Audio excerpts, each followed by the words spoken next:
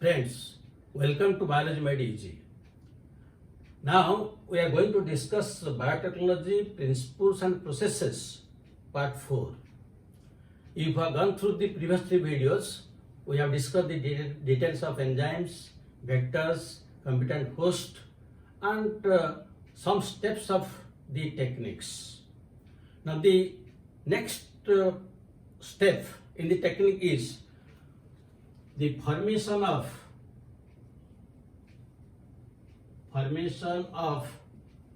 recombinant DNA and its insertion into competent host.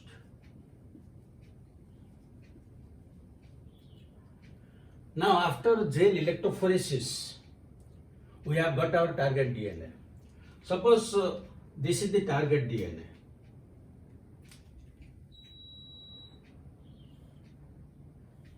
This is the target DNA. And this target DNA is cut by a specific restriction enzyme. You can take EcoR1 or HIND2 or any one you can take it.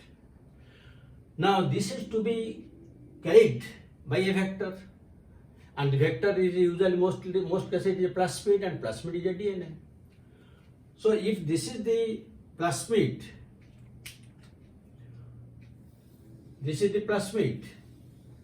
now the plasmid also will be cut by the same restriction enzyme.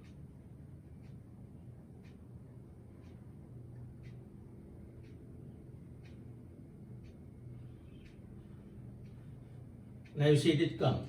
So here it is sticky cut, here it is sticky cut, because the same restriction enzyme will cut it. Now this one will be added to this. So when this will be added, here it is connected. So what is the enzyme? DNA ligase. DNA ligase will connect this vector DNA with the target DNA. We can call this vector DNA as also vehicle DNA and the target DNA as passenger DNA. And now this combination is known as a recombinant DNA, or we can call it chimeric DNA. Chimeric DNA. Now this recombinant DNA is also known as chimeric DNA. What is the meaning of word chimera? Chimera is a Latin word which means strange. Now why that word is used here? It is because by combining any target DNA with the vector and introducing into the competent host, we can produce any type of character, any type of organism. That is why it is also known as a chimeric DNA. Now this recombinant DNA or chimeric DNA will be now introduced into the host. Suppose this is the host, which may be bacteria, yeast, plant cell or animal cell. Now this one will be introduced to this host cell. This is the host, and this will be introduced. So what is the method? We have discussed in the previous video. Either we have to treat with the calcium chloride, followed by incubation, heat at 42 degrees centigrade, and again incubating in ice, or through alternative methods like micro injection in case of animal cells, or electroporation or biolistic in case of plant cells. So by any method we introduce it. Now this is the method of insertion. But sometimes what happens? The recombinant DNA or the target DNA which we are getting, it may be very small in amount, and it is very difficult to carry out our experiments or to get the product. So it is better if we amplify this target DNA into several copies. That means cloning of that target DNA. So that can be done by 2 methods, either by artificial method or by natural method. The natural method is by introducing into the competent host like yeast, bacteria or plant animal cells and then culturing it. And the artificial method is use of PCR, polymerase chain reaction. So now in the next step, we'll discuss polymerase chain reaction.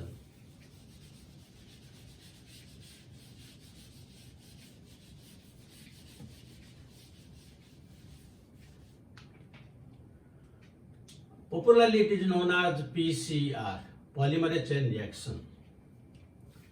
There is one very prestigious journal in the world known as Science.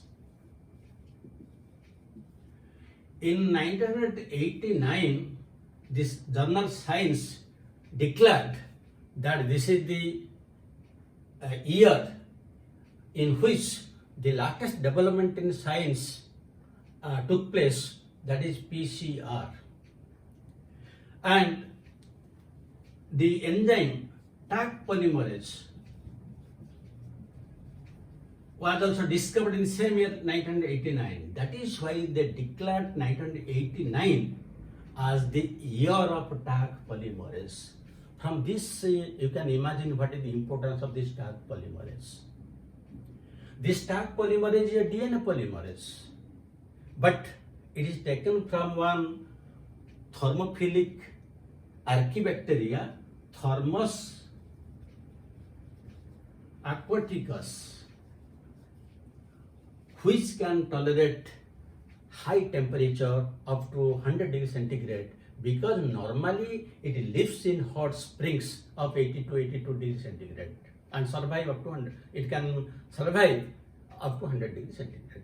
That is why that Taq polymerase, why it is known as Taq polymerase? The first letter T and these two AQ, Taq polymerase. So Taq polymerase is a DNA polymerase. Like our normal DNA polymerase, it will replicate the DNA. That is the importance. And for that work, Kary-Mullis was awarded Nobel Prize in 1993. And now all of you are aware that PCR is very commonly used in all laboratories, in forensic laboratory for identification of criminals, paternity-maternity dispute, so many things it is used. So let us discuss the details of this PCR.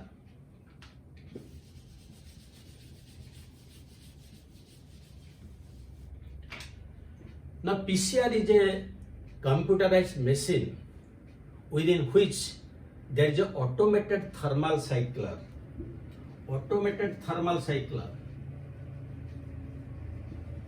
So that the temperature can be up, again down, again up, again down. That is thermal cycler, automatic.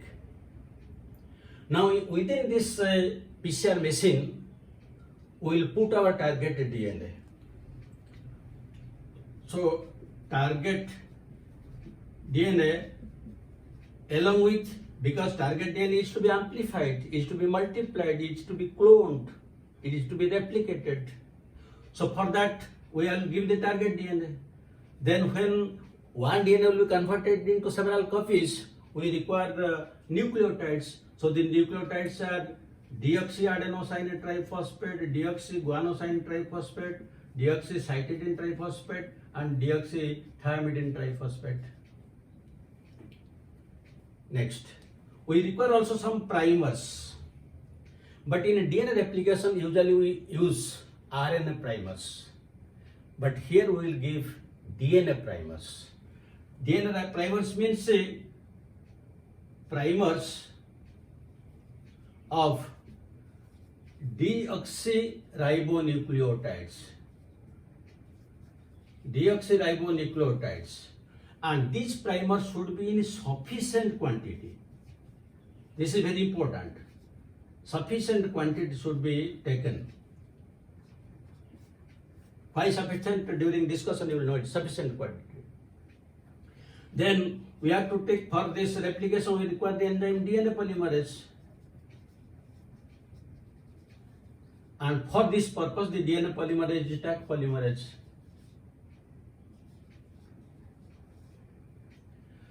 So these are the requirements.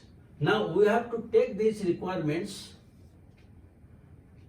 and we have to put it within the PCR machine where there is a thermal cycler.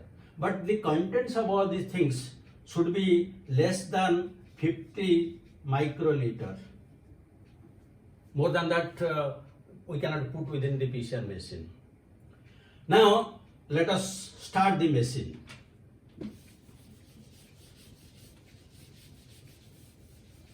When we start the machine, the whole thing will take place in some steps. The first step is the denaturation. Now, this is our target DNA. This is the target DNA which will be amplified. This is 5 prime, 3 prime, and this is 3 prime to 5 prime. This is the target DNA which will be amplified. So we have put it also in the machine. Now, when there is thermal cycler, just you on the switch, and it will now in the first step it will go to 94 degrees centigrade, and in 94 centigrade there will be denaturation, and this denaturation process will take only 1 minute. Within 1 minute the two strands will be separated. So now we get two single stranded DNA. Now we are getting 5 prime, 3 prime, 3 prime to 5 prime. Next, now when both strands are separated, there is every possibility that again they may recoil. So how to avoid it? Now we have given sufficient amount of primers, and these primers are again deoxyribonucleotides having thymine, not uracil. Because if we give RNA primers like replication, then we cannot remove them, because we are not using the other enzymes like the DNA polymerase 1, which removes the primers. That is why directly we have to take the DNA primers. Now when we have given DNA primers, those primers will be attached. Now this is 3 prime. So at this side, one primer will be attached. This will be 5 prime, this will be 3 prime. And this side is 3 prime, so in this side it will be attached. This is 5 prime and this is the 3 prime. So this step is known as annealing. Step 2 is known as annealing, when the primers are attached. And this again takes place less than 1 minute. It is 45 or 50 seconds. Only less than 1 minute. Now this is moving, this primer is attaching to the 3 prime. We can call it as forward primer. And this is coming from that side. This is known as reverse primer.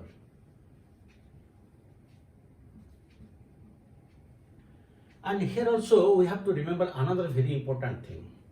We have taken sufficient amount of primers so that easily they can be attached. But again there is a possibility, when we are taking so many primers, if the nucleotide sequences of these primers, they will be complementary to each other, there is every possibility that they may again form double-stranded DNA with small fragments. In that case, they cannot be attached. That is why we have to take precaution that the primers, they do not have complementary sequence. Suppose in one there is AG, in other case you can add CG or like that, so that there will be no complementarity base sequence, so that can be avoided. That is again very important. So after this second step, which is annealing and takes place in 45 seconds, then come to the third step. And this annealing usually it takes place around 54 degrees centigrade, around 50-55 degrees centigrade. So normally it is said that around 54 degrees centigrade and less than 1 minute. Now the third step. In third step is known as extension. It usually takes place at 72 degrees centigrade and it takes usually 2 minutes time. So now what happens? This is one DNA, this is another DNA, this is 5 prime to 3 prime, this is 3 prime to 5 prime, and already the primers have been attached. This is the one primer, 5 prime to 3 prime, this is one primer, 5 prime to 3 prime. Now at the 3 prime end, there is a free OH group on both sides, to which the phosphate group of the incoming nucleotides can easily form phosphodiester bond.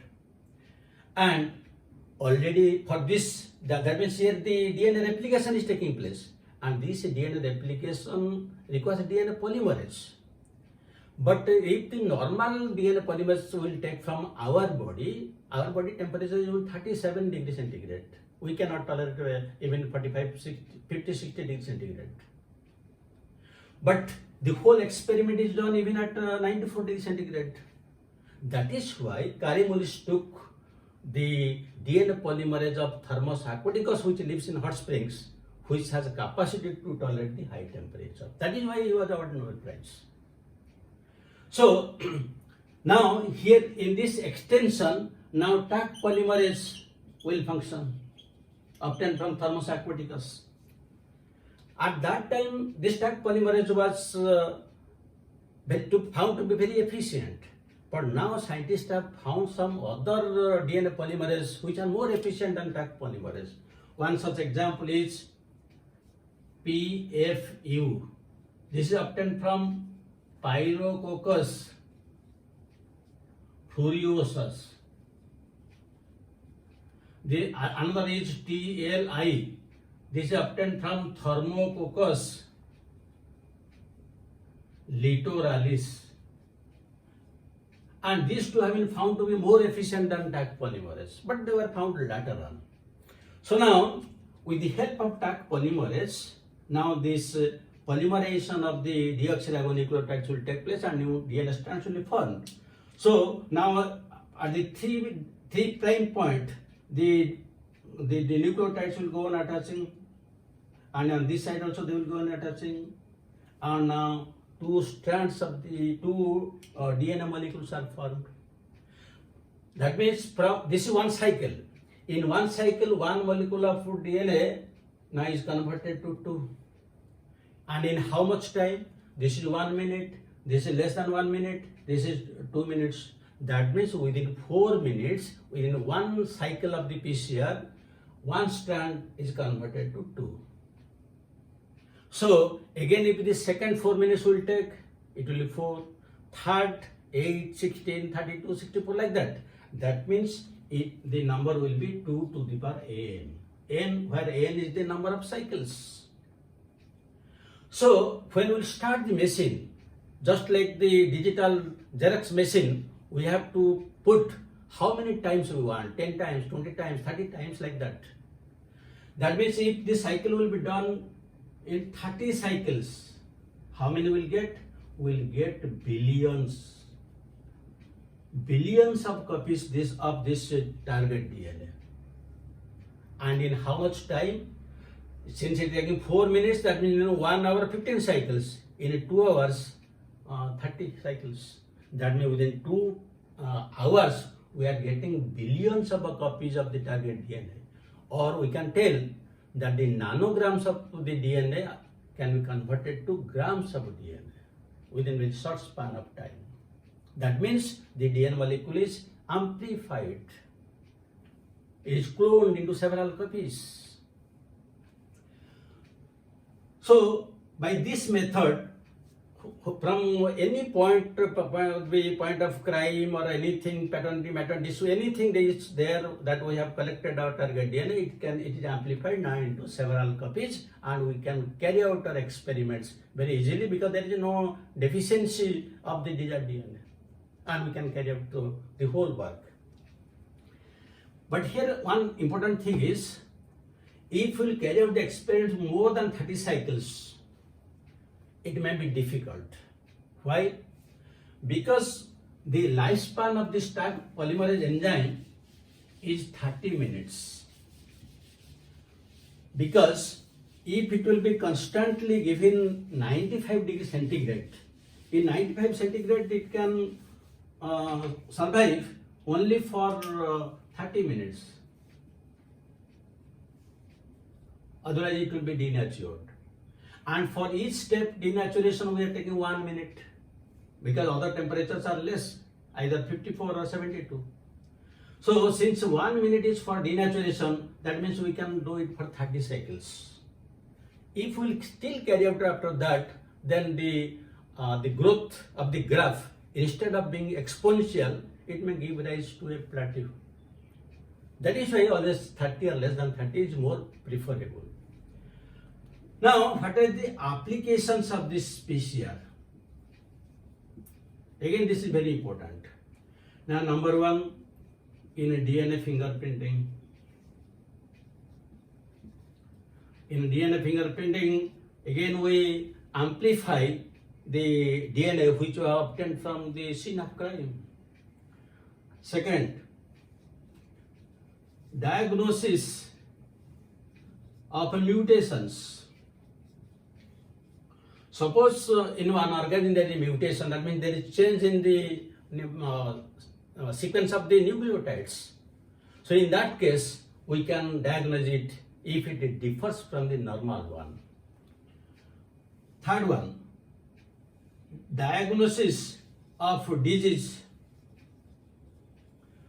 Suppose we have gone to one area where the spread of a virus or bacteria is rampant. You can take the case of coronavirus, flu, or SARS virus, or malaria, any other bacterial or viral disease. Suppose you have gone to that area and you are feeling whether you are infected by that virus or not. Can you wait for several days so that that virus will multiply in your body, then you will suffer, then you will go to a doctor, all these things? No, it is not necessary nowadays. If you are suspecting, go to a doctor and you tell your history, then he will take the blood sample from you, then it will multiply through polymerase chain reaction, and you will find whether that particular virus or bacteria has entered into your body or not. If it has entered, then with a few medicines you will be cured, because that will not be allowed to multiply. Then there is no necessity of waiting till the symptoms come and you suffer. So you see, what is the importance of this? Then the fourth point is prenatal diagnosis of disease. Suppose in one family there is some hereditary disease and a new baby is expected to come. Whether it bears that particular disease or not, how to know? So in that case, when the baby is within mother's womb, take the sample from it, multiply with a PCR machine, and if that particular defect is found, cannot be cured, then advise for termination of the pregnancy. The fifth point is paleontological studies.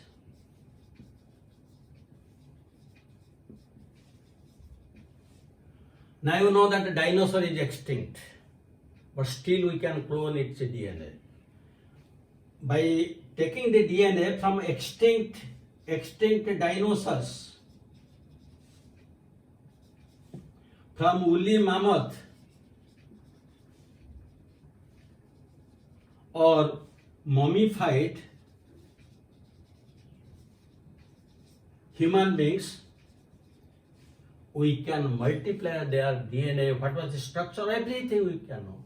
So these are only some of the applications of PCR. So this step is complete. Now let us discuss questions.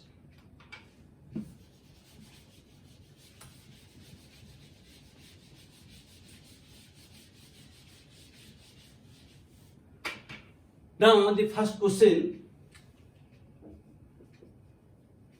Taq polymerase is obtained from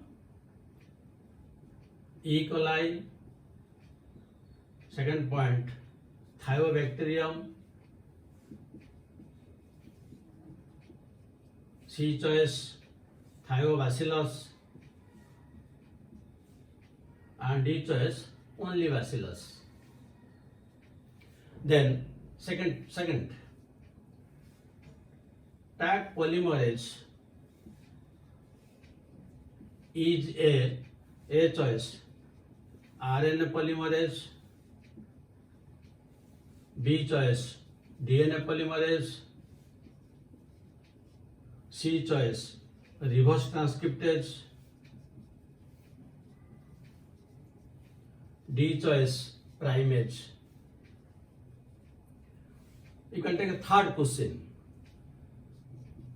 That polymerase was discovered by A choice, Alec Jeffrey. B choice, Kari Mullis. C choice, Robert Hurley. And D choice, Hargobind Khurana. And after going through the video, you will be able to answer all the questions. Thank you very much for watching it. Have a good day.